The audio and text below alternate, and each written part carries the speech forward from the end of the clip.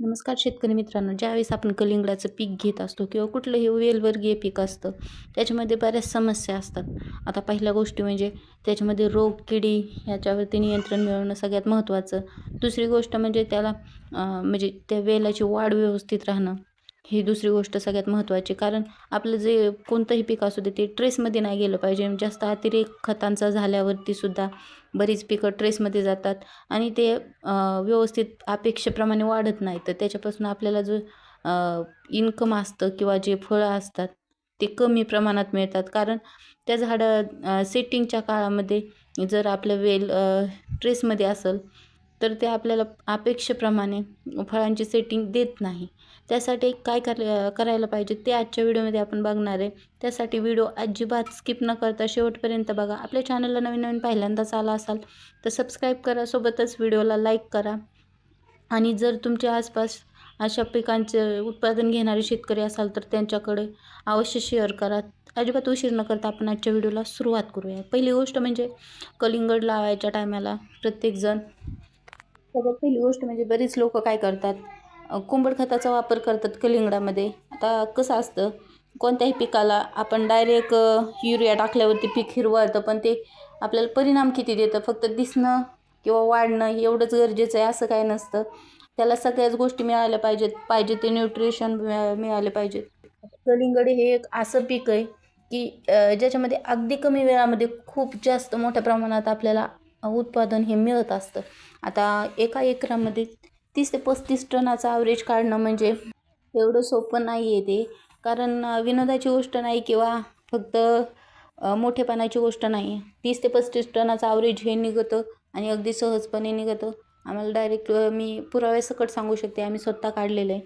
फक्त विषय काय होतो, प्रत्येक गोष्ट आपण काळजीपूर्वक करणं खूप गरजेचं असतं. तर पाण्यापासून, खतापासून, ड्रिचिंग वगैरे एका दिवसाने सुद्धा फरक पडतो. म्हणजे एक दिवस जरी आपण शेतावरती, एक दिवस काय झालं होतं, पूर्ण पाऊस चालू होता. म्हणजे आउट सीझनला मी कलिंगड केलं होतं. गेल्या वर्षी तुम्ही व्हिडिओ बघितलेच असतील. त्या कलिंगडामध्ये फक्त एकच दिवस शेतामध्ये जाणं नव्हतं झालं. दुसऱ्या दिवशी एकदम पिवळं पडलं होतं सगळं पूर्ण वेल आणि शेंड्याची वाढ पूर्ण थांबली होती.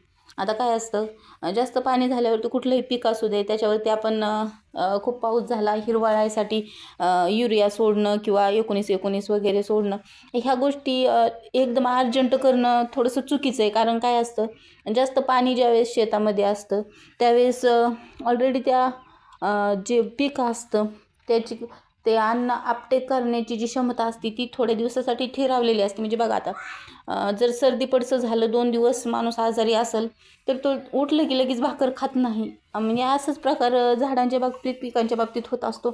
त्यामुळं लगेच अर्जंटमध्ये आपण तुप घालून रोपं आणायचा प्रयत्न न केलेलाच उत्तम. कारण स्टेप बाय स्टेप जावं लागतं. आपण हळूहळू त्याला खताने किंवा औषधाने रिकवर करायला पाहिजेत. आजच्या व्हिडिओमध्ये आपण उन्हाने किंवा जास्त पावसामुळं, जास्त थंडीमुळं या तिन्ही ऋतूमध्ये ही समस्या आढळती.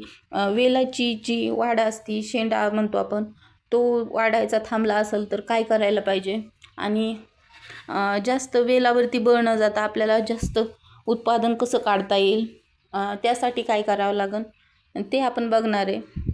सगळ्यात पहिली गोष्ट म्हणजे ज्यावेळेस आपण कोणत्याही पिकाला खत सोडणार असतो त्यावेळेस त्याला जास्तीत जास्त मुळे असणं गरजेचं आहे. कारण आपण जे सोडलेलं खत आहे किंवा औषध आहे ते सगळ्यात पहिले त्या झाडापर्यंत पूर्णपणे पोहोचलं पाहिजे. मग त्यासाठी सगळ्यात पहिले आपण ह्युमिक ॲसिडची एक ड्रिचिंग केली पाहिजे किंवा ड्रीपमधून सोडलं पाहिजे.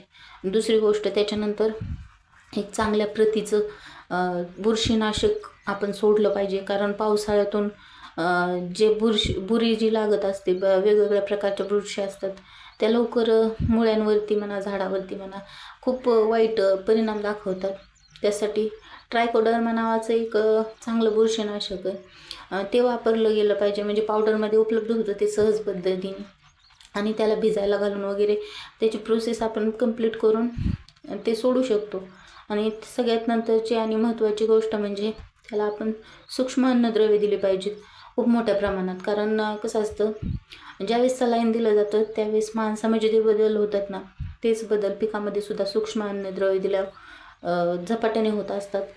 म्हणजे आपण इतर जी दिलेली खतं आहेत ती खतं घ्यायची थोडक्यात, म्हणजे पाणी अपटेक करण्याचं जे क्रिया आहे ती थांबली जाते. त्याच्यामुळं आपण ज्यावेळेस मिलांज वगैरे अशा प्रकारची खतं सोडतो त्यावेळेस पानामध्ये अशा पद्धतीने काळोखी, वेलीमध्ये भरपूर मोठ्या प्रमाणात वाढ आणि फुलांची वगैरे व्यवस्थित वाढ होत असते. आणि फुलं जास्त लागण्यासाठी आपण 12-61 वगैरे सोडू शकतो. 13-40-13 ही खतं लागोपाठ. त्यासाठी आपण स्पेशली एक व्हिडिओ बनवलेला आहे, खताचं व्यवस्थापन कलिंगडाचं कसं असायला पाहिजे. तोही तुम्ही बघू शकता जर तुम्ही कलिंगड लावत असाल तर. आणि सगळ्यात महत्त्वाची गोष्ट म्हणजे सेटिंगच्या काळामध्ये कमी पाणी दिलं पाहिजे. म्हणजे पाणी तोडायचं थोडे दिवस, 8-15 दिवस, म्हणजे व्यवस्थित पद्धतीने वेलाची वाढीवरती जे बळ जातं ते बळ थांबून फुलांमध्ये किंवा फळांच्या वाढीमध्ये मदत होत असते. आजच्या या व्हिडिओमध्ये इथपर्यंतच थांबूया. भेटूया पुढच्या अशाच एखाद्या नवीन आणि माहितीपूर्ण व्हिडिओमध्ये. तोपर्यंत धन्यवाद.